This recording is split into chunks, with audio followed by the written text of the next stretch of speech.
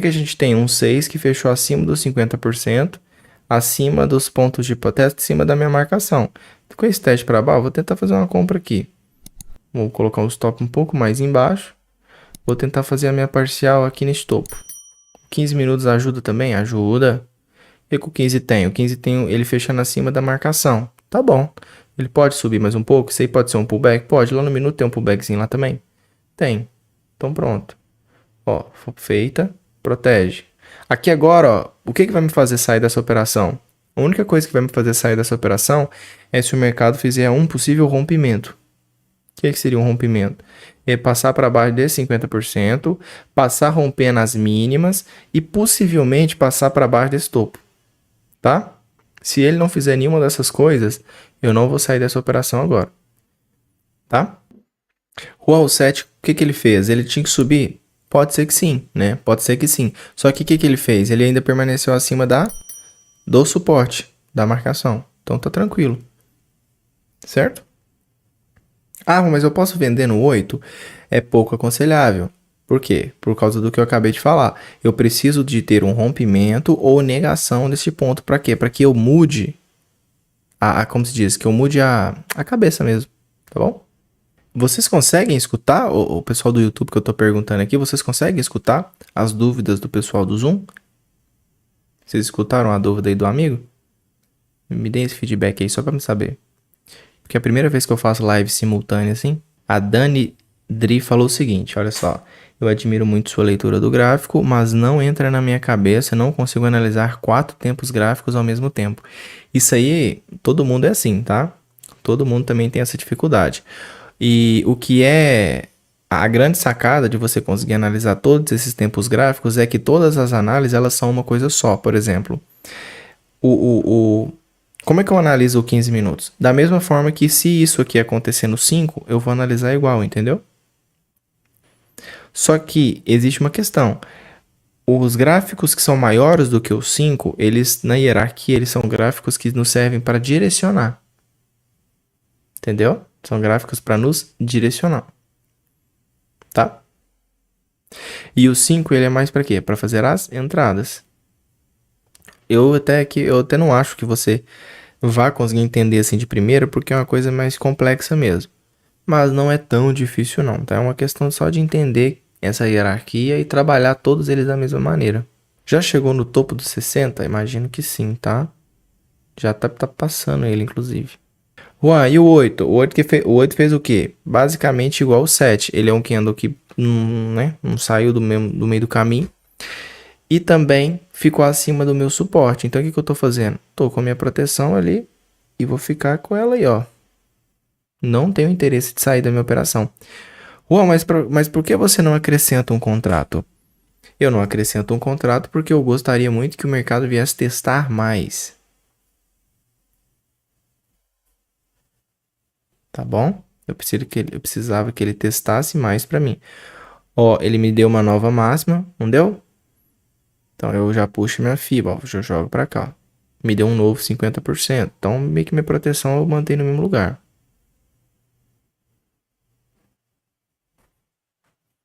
A compra foi no 5 do 5?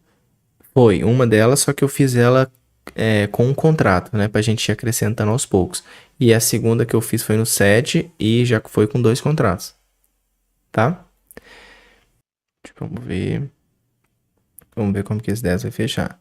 Coloquei o 10 minutos aqui para me auxiliar melhor nessa leitura aqui, porque ele tá um pouco lateralizado, tá? Então, quando é assim, é melhor você colocar um gráfico um pouco maior.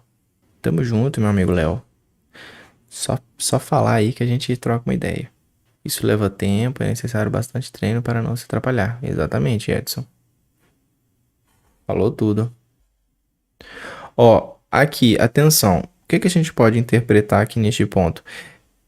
Neste caso, ó, a gente tem um movimento que ainda ele está acima da marcação. Ele está lateralizado nesta região, certo? Então, o que eu vou fazer? Eu vou só pegar minha fibra, vou dar uma consertada nela. E para mim, ó, isso aqui ainda pode estar fazendo isso aqui, ó. É o movimento da onda, tá? O 6 está testando a minha marcação, eu vou tentar acrescentar um contrato aqui. Tá bom? Vou tentar fazer um acréscimo de contrato. Vou tentar dar a minha saída aqui em cima. Aí meu stop fica aqui embaixo. Coloquei minha operação em risco novamente. Isso não é muito bom, né? Mas, tudo bem. Posso fazer minha saída aqui no minuto, ó. Melhor, ó. Nesses gatilhozinhos do minuto. Juan, você entrou talvez um pouco antecipado? Talvez sim. Eu posso esperar o 11 fechar? Pode também. Se o 11 fechar em cima dos 50%, desse jeito aí, ó, o 12 tem grande probabilidade de testar mínimo do 10 e talvez, né, se passar, romper o topo. Tá bom? E aí, o que eu vou fazer? Eu vou voltar com a minha parcial para mínima do 10. Já que ele só rompeu lá, vou voltar minha parcial um pouquinho. Ó, alvo, né? Alvo atingido. E ele, aqui agora é igual ao 4, ó, por exemplo. Se o 12 fechar acima do 10, rompendo o 11, ele tem grande probabilidade de continuar para vir para o topo. Tá? Olha aqui ó, o movimento acontecendo. Ó, isso aqui é uma violinada, pessoal. Ó. Violinada do anterior. Ele violina e volta, tá? Se essa leitura funciona para mini dólar. Funciona assim, tá? Positivo. Isso, exatamente. Exatamente, porque é o seguinte, a minha preferência para dar a operação sempre vai ser no 50%, tá? Aí eu sempre vou buscar, por exemplo, eu quero que ele teste os 50%, mas se ele tem a linha preta aqui, a linha preta ela vai ser tipo a minha referência. Por exemplo, se o 11 ele tivesse passado para baixo da linha preta, a minha operação poderia ficar um pouco feia. Ficaria um pouco feia, né? Ou eu faria uma compra no 12 até a linha preta, né? Ou talvez, dependendo do teste para cima, talvez eu não faria nada. Então, a linha preta é a minha referência. O 50% é só para me saber o ponto de correção. Ó, aqui agora, ó, já que o meu médio está tão longe, ó, deixa eu ver aqui. Tá muito longe. Então, aqui eu já consigo acrescentar talvez até 4 contratos. 4, 5, dependendo aí, tá? Posso fazer alguns scalps. Aqui eu já subo. Ó, tá vendo ele ganhando a marcação? Com um testezinho para baixo na marcação, a gente pode colocar mais 4 contratos. Ó. Ó, se ele fraquejar, a gente coloca, ó. O que seria um fraquejar? É tipo que se ele começar a subir. Pronto, tá vendo? Já coloca mais um, vocês podem sair aqui, ó. Por que você tá confiante nisso, Juan? Porque ele ganhou a marcação. Ele pode testar ainda a marcação? Pode, mas eu peguei no fraquejar mesmo. Ó, tá vendo? Ele pode testar a marcação. Pode ser que eu tenha sido precipitado.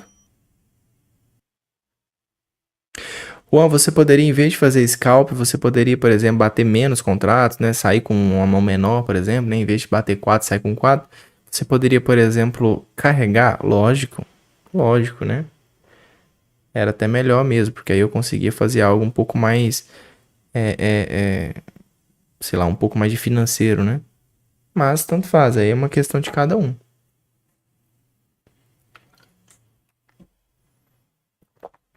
Juan, por que você não sai da operação? Vamos fazer outra coisa. Pessoal, olha só, não tem porquê eu sair de uma operação dessa. E se vocês no simulador, nos backtests de vocês saem da operação para ficar caçando outra coisa, vocês estão errados, tá?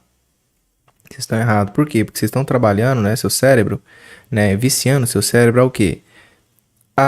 Quando vocês pegarem uma boa, vocês abandonarem para caçar outra coisa, outra porcaria, certo? E assim que você sai de uma operação, é muito normal a pessoa querer já entrar em outra, tá?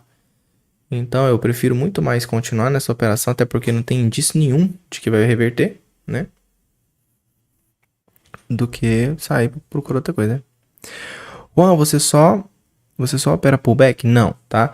O pullback é a forma da gente entrar. Agora, normalmente o pullback ele vai normalmente estar atrelado a negações de fundo, negações de rompimento, né? Fibos no gatilho, né? O pullback é normalmente a forma que a gente fala da operação acontecer, porque a gente sempre quer entrar a favor da tendência, né? Então a gente sempre entra no pullback. Agora, aqui é o pullback, né? Agora, se eu olho para a esquerda, tem topo rompido, fundo negado, né? Gatilho, não sei o que, aí, né? A cada confluência é uma coisa. Aí quando chega no ponto de pullback, a entrada é feita por quê? Negação de rompimento, falha de Fibo. Entendeu?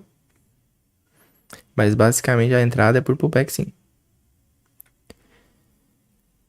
Se usar o 10 minutos ao invés do 15, acho que o 10 é muito distante do 60. O 10 e o 15 eles são basicamente complementares, tá? Quando você, por exemplo, tem alguma coisa ali que você quer confirmar nos 5 minutos e o 15 ainda está aberto, o que você faz? Você vai no 10, por quê? Porque o 10 vai estar fechado e vai confirmar o que você precisa. E a mesma coisa vai acontecer se você está em um nos 5 minutos querendo confirmar alguma coisa e o 10 estiver aberto. O 15 vai estar fechado, entendeu? Então eles basicamente vão servir para a mesma coisa.